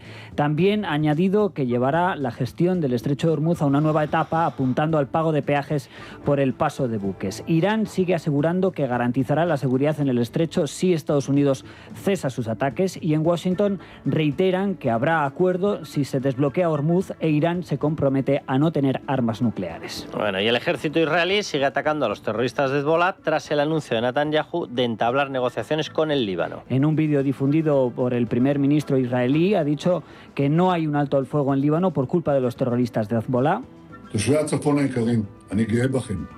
Netanyahu ha hablado de conversaciones que ha ordenado entablar con el Líbano para conseguir el desarme de la banda terrorista y un acuerdo de paz histórico y duradero, asegurando que ya ha conseguido 4 acuerdos con países árabes y pretende lograr más. Y déjame, Carlos, contarte otra noticia de última hora, en este caso sobre la guerra en Ucrania, porque Putin ha declarado una tregua en Ucrania por la Pascua Ortodoxa, un alto el fuego que se ha declarado desde las 16 horas del 11 de abril hasta el final del 12 de abril de este mismo año. Bueno, pues nos volvemos a España. En Andalucía se están empezando a producir los primeros actos de precampaña. El PP pide el voto para evitar volver a caer en la corrupción socialista. Una corrupción de la que, dice el secretario general del PP, Miguel Tellado, María Jesús Montero es la principal exponente. El dirigente popular ha pedido el voto para Juanma Moreno también para no caer en el bloqueo. Lo ha dicho en un acto en Huércal de Almería. Con el riesgo de asumir que Andalucía pueda caer en la parálisis, en el ruido, en la ineficacia y en el desgobierno. O incluso retomar ese pasado negro de corrupción, paro y decadencia del que María Jesús Montero sabe bastante. Acto también de Vox. Su líder, Santiago Abascal, en Málaga, ha pedido a los ciudadanos que no le den una mayoría absoluta al PP. Si queréis un gran cambio, votadnos con contundencia. Si queréis un gran cambio, dadnos un gran apoyo. Si queréis que las cosas cambien de verdad, no nos dejéis con una fuerza pequeña. Si queréis que las cosas cambien de verdad, no le deis una mayoría absoluta al Partido Popular. Hombre, no habría esto además algún mensaje de no votéis al Partido Socialista, pero bueno. Nuevo acto de Gabriel Rufián e Irene Montero para tratar de salvar a la extremísima izquierda en las próximas elecciones generales. La actual eurodiputada Irene Montero y el portavoz de Esquerra en el Congreso, Gabriel Rufián, proponen que Esquerra lidere la coalición de extrema izquierda en Cataluña y que Podemos lo haga en el resto de España. Rufián ha dicho que no dejará a su partido, pero que hay que arrimar el hombro porque si no, dice, morirán por separado. Eso sí, ambos han coincidido en decir que hay que parar a la derecha como sea. ¿Cuándo ha dejado la izquierda de hablar de seguridad? A mí el feminismo me da más seguridad que cualquier escudo antimisiles. La izquierda es la que defiende los servicios públicos. Seguridad es que cuando te levantas con un dolor, sepas que tienes una ley que te permite no ir al trabajo e irte al médico para que te cure. Pero el problema lo tienes, tú pones el ejemplo de Juan Roig. La pregunta que nos tenemos que hacer como formaciones de izquierdas es ¿por qué un Currela de Mercadona vota lo mismo que Juan Roig? ¿Quién se equivoca? ¿El Currela o Juan Roig? Es claro. Hombre, de currelas en la izquierda sabéis poco, ¿eh? De vagos, esperamos un rato, ¿eh? O sea, todo el día reclamando no ir a trabajar. Dios bendito. Bueno, la vicepresidenta segunda, Yolanda Díaz, ha confirmado hoy que la regularización masiva de 500.000 de inmigrantes ilegales se hará efectiva en breve. Además, la ministra de Trabajo ha anunciado que su ministerio destinará 25 millones para la formación de jóvenes extranjeros y menores inmigrantes no acompañados. Por otra parte, la vicepresidenta ha dicho esto de la regularización masiva de inmigrantes. En breve vamos a aprobar el proceso de regularización de 500.000 personas migrantes en nuestro país. Es, desde luego, la mejor noticia. Bueno, pues vamos a irnos a lo que está ocurriendo con toda la información sobre el juicio del accidente de Adamuz, el juzgado de Montoro, porque la información es letal, lo digo literalmente. Ya hemos descubierto que la vía estaba rota, fraccionada 22 horas antes. Los trenes auscultadores, los trenes reparadores, las supervisiones visuales, ¿dónde estaban, señor ministro Óscar Puente? ¿Dónde estaban? Por cierto, que las vías no pasan de estar impecables a estar fraccionadas del todo. Ahí no hubo microfisuras, no se fue ampliando esa fisura, no se fue ensanchando y no se daba nadie cuenta. Qué curioso, ¿verdad? Para tener un sistema, como nos dijo Óscar Puente, de 3.000 millones de euros que nos garantizaba la mayor seguridad, resulta que tenemos en estos momentos 46 tumbas. Qué curioso, ¿verdad? Bueno, pues las últimas informaciones de la Guardia Civil, de los informes de la Guardia Civil, están apuntando a que hasta 5 negligencias hubo en el proceso de soldadura y control de la vía y están cuestionando abiertamente la información que Adif ha aportado a la investigación de Adamuz. Y nos está escuchando ya el ingeniero Salvador García Illón. Salvador, ¿cómo estás? Bueno, don Carlos, ¿cómo estamos? Salvador, un placer. Con la información que tenemos encima de la mesa, ¿hay alguna duda sobre que el problema fue la rotura de la vía? No, eso ya queda meridianamente claro en lo que el proceso ya, digamos, de investigación a nivel judicial, ya no con informes de la CIAF, que son informes técnicos, y a nivel judicial queda claro que la problemática, se han descartado otras hipótesis, está en la vía, por lo tanto ya es una cosa que es cuestión de infraestructuras y es, por tanto, responsabilidad del Ministerio. Y además hay otro dato muy relevante, y es que la vía no rompió el día del accidente, no rompió justo cuando descarriló el tren, el día de antes ya estaba rota. Y posiblemente ya venía estando degradada en un proceso que es gradual desde días antes, semanas antes o meses antes posiblemente, porque las infraestructuras ferroviarias rompen por fatiga, es decir, no rompen por una rotura brusca, salvo en situaciones excepcionales, como un evento meteorológico o alguna cosa por el estilo, que no es el caso, sino que rompen porque se produce muchas veces un ciclo de carga y al final, si no está mantenida o no está inspeccionada o no está bien cuidada, evidentemente, pues al final se va a producir una microfisura, como tú has dicho, que hay un momento en el cual ya es incompatible con la rodadura. Y ese proceso ya saltó en esa alarma, digamos, que daban el día de antes, pero posiblemente ya tenía que... El problema no es que había que haberlo descubierto el día de antes, había que descubrirlo días o semanas antes o meses antes, a lo mejor incluso.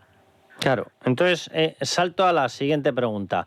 ¿Qué ha pasado con los sistemas de supervisión, de control, con los trenes auscultadores, con los trenes reparadores? Lo digo porque otra de las informaciones o de los datos que está aportando la Guardia Civil apuntan a que no había inspectores de soldaduras cualificados. Efectivamente, se están dando, con los informes estamos saliendo un montón de sorpresas y son pequeñas, algunas irregularidades menores, ¿vale? Que son documentales o de carácter, digamos, técnico, que tienen una esfera de responsabilidad técnica, ¿vale? Como puede ser a lo mejor que la soldadura no tuviese homologada algún tipo de titulación de la persona que la supervisó, alguna cuestión, digo, que eso puede tener una esfera de responsabilidad técnica, ¿de acuerdo?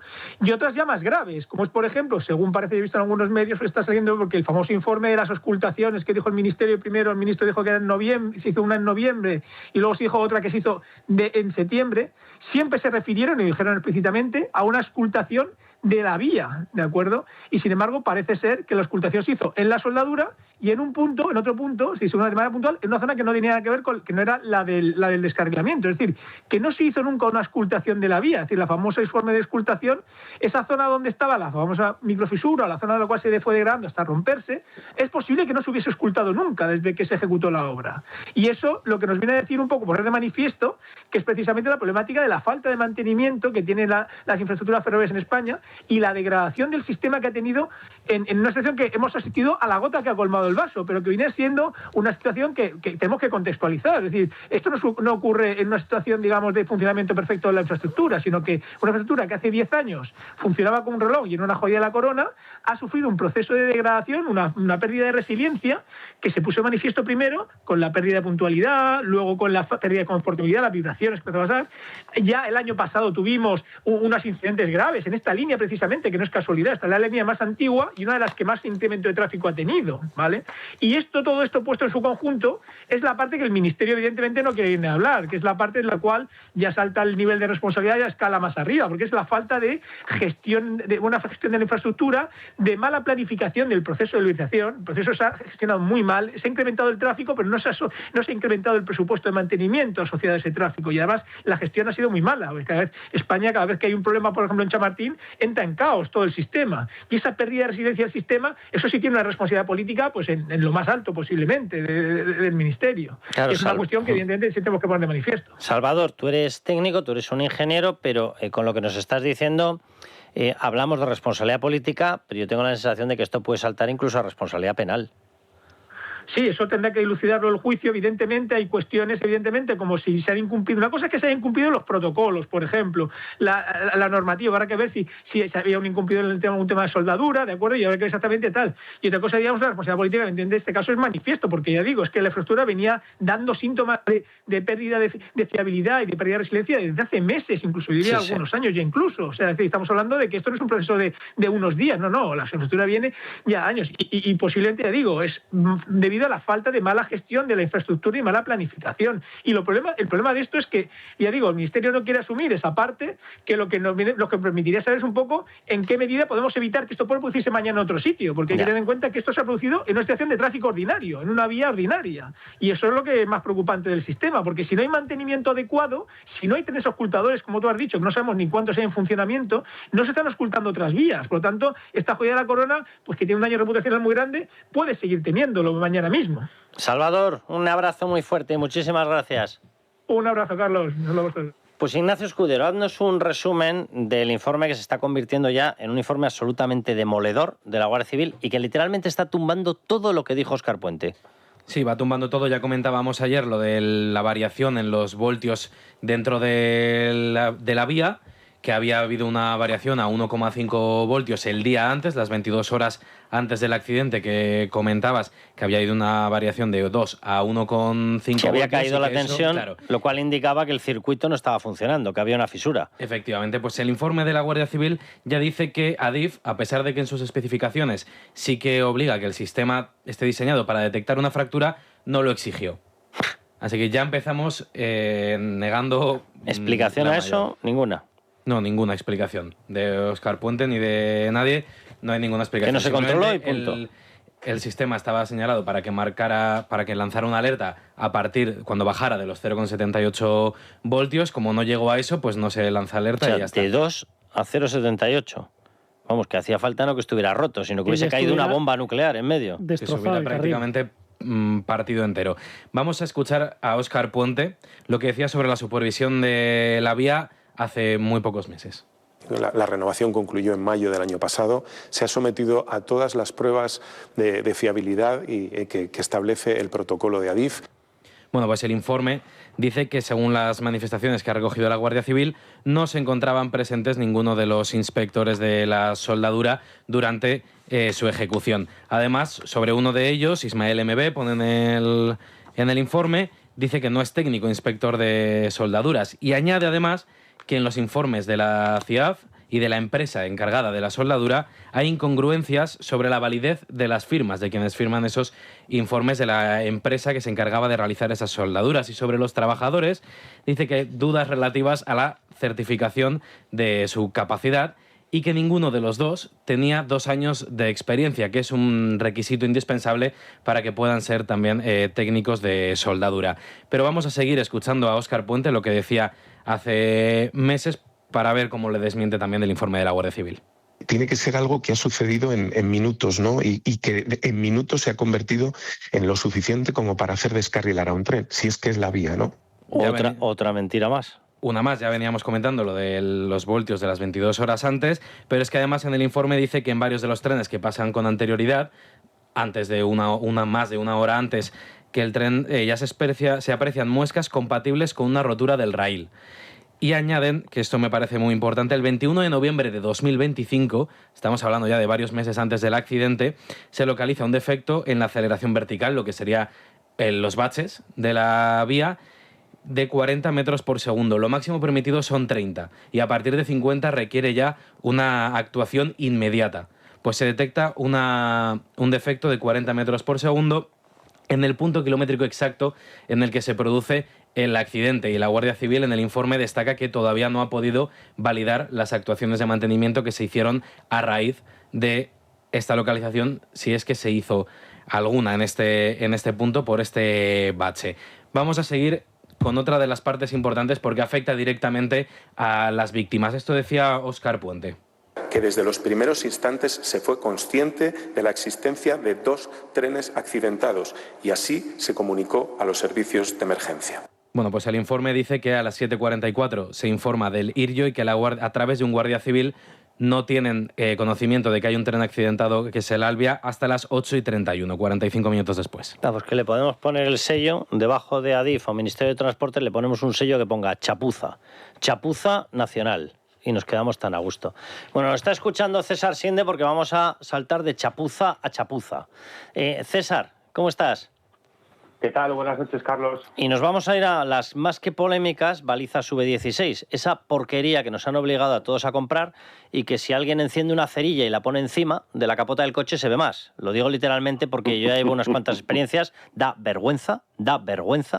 Uno, que nos hayan obligado a comprar esa porquería. Voy a dejarlo ahí.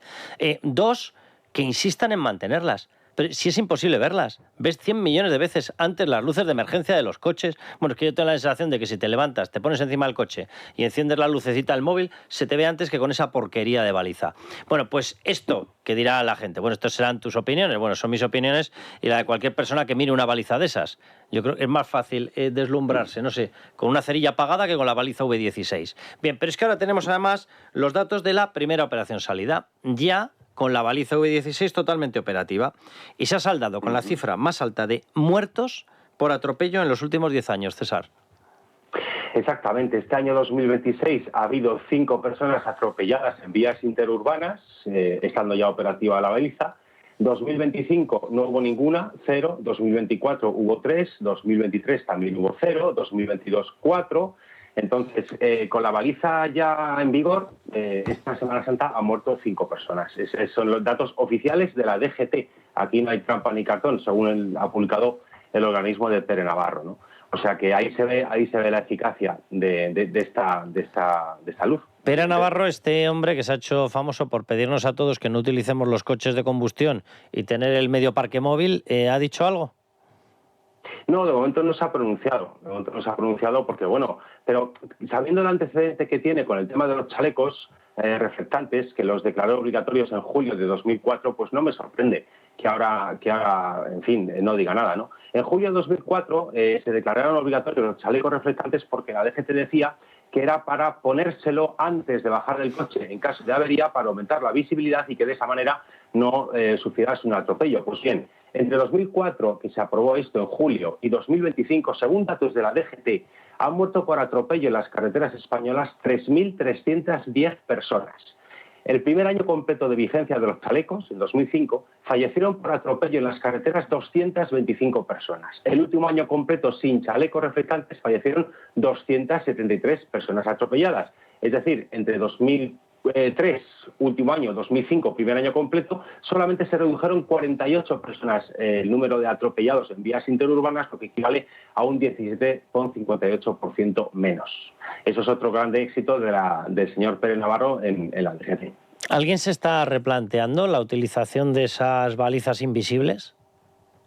Pues esperemos que sí, porque mira, hoy ha salido publicado que ya hay un bufete de abogados, Pyramid, en concreto, que ha presentado ante la justicia en Madrid un requerimiento para que se someta a una cuestión de contencioso administrativo, una demanda, ¿vale?, que solicitan que el caso sea elevado a Europa mediante cuestión prejudicial, por varios defectos jurídicos en cuanto a la aprobación de esto. Primero, porque el señor Grande Marlaska anunció un periodo de adaptación en el cual no se iba a multar por no llevar la baliza, que finalmente no se cumplió. Y segundo, porque esto se aprobó sin elevarlo a la Comisión Europea. Este reglamento se aprobó sin elevarlo a la Comisión Europea para que la Comisión Europea se pronunciase. Por esas dos lagunas jurídicas, pues cuando la Comisión Europea ponga en el huevo, pues nos podríamos encontrar en que las balizas pues son declaradas contrarias al derecho comunitario, por tanto habría que dejar de exigir llevarlas. Eso sí, por el camino, César, ya nos las habrán cobrado con la recaudación de 300 millones de euros por IVA para Hacienda y sabrán que tan a gusto. Y algunos han hecho un negocio muy grande. César, un abrazo muy fuerte y muchísimas gracias. Un abrazo, gracias a ti, Carlos. Sí, pues yo tengo la sensación de que esto va a acabar así, que dentro de unos meses dirán, no, es verdad, no se ven, ahora de momento ya os las hemos cobrado. De momento ya las tienes, ahora vamos a volver todos a los triángulos, que muchos ya los habrán tirado, se habrán deshecho de ellos, con lo cual vuelve a comprar los triángulos y al final, oiga, se lo están diciendo todos los conductores, se ha equivocado, es que no pasa nada, no se ven, tú vas por la carretera y esta Semana Santa lo hemos visto, yo me he fijado, hay varios coches y digo, anda, y porque me lo avisa el navegador que te dice, coche averiado, y dices, anda, pues es verdad, coche averiado a 500 metros. Pues he sido incapaz de día de ver dónde estaba la baliza. Bueno, también hay que reconocer que es complicado que te lo encuentres a demasiada velocidad, porque como se han cargado el tren, hemos tenido que ir todos por carretera, con lo cual los atascos han sido absolutamente infumables, con lo cual, claro, yendo a 30 por hora, pues tampoco te vas a chocar, claro. No, es difícil. Yo tengo la sensación de que esto va a acabar peor de como dices, porque yo nunca he visto un caso en el que desde una institución pública se obligue a comprar a todos los españoles algo perfectamente inútil por sus santas narices. Danos un consejo sobre oro, que es una cosa mucho más segura que las balizas V16, Sandra. Desde luego, invertir en oro con la seguridad y la garantía de Prosegur ya es posible. Lo decimos siempre, todo producto, lógicamente, implica un riesgo, porque rentabilidades pasadas no garantizan rentabilidades futuras, pero en orolibertad.com vas a poder invertir en oro digital de forma segura, respaldado por oro físico custodiado en bóvedas de alta seguridad de Prosegur. Así que protege tu futuro con el valor refugio por excelencia. Visita ahora orolibertad.com y empieza hoy mismo. Y Ricardo, danos otro consejo sobre Cibislen. Hablemos de Cibislen, la plataforma de inversión inmobiliaria enfocada en financiación y donde se puede invertir desde tan solo 250 euros. Llevan operando desde 2017 con más de 160 proyectos a sus espaldas y de los cuales ya se han reembolsado más de 70. Lo que ha conseguido Cibislen es que cualquiera pueda invertir. Están regulados por la CNMV y la plataforma es muy sencilla. Regístrate gratis, conoce cómo funciona y consulta la información de cada proyecto antes de invertir. Entra en cibislen.com e infórmate sin compromiso sobre rentabilidades y riesgos. La noche de Cuesta, con Carlos Cuesta.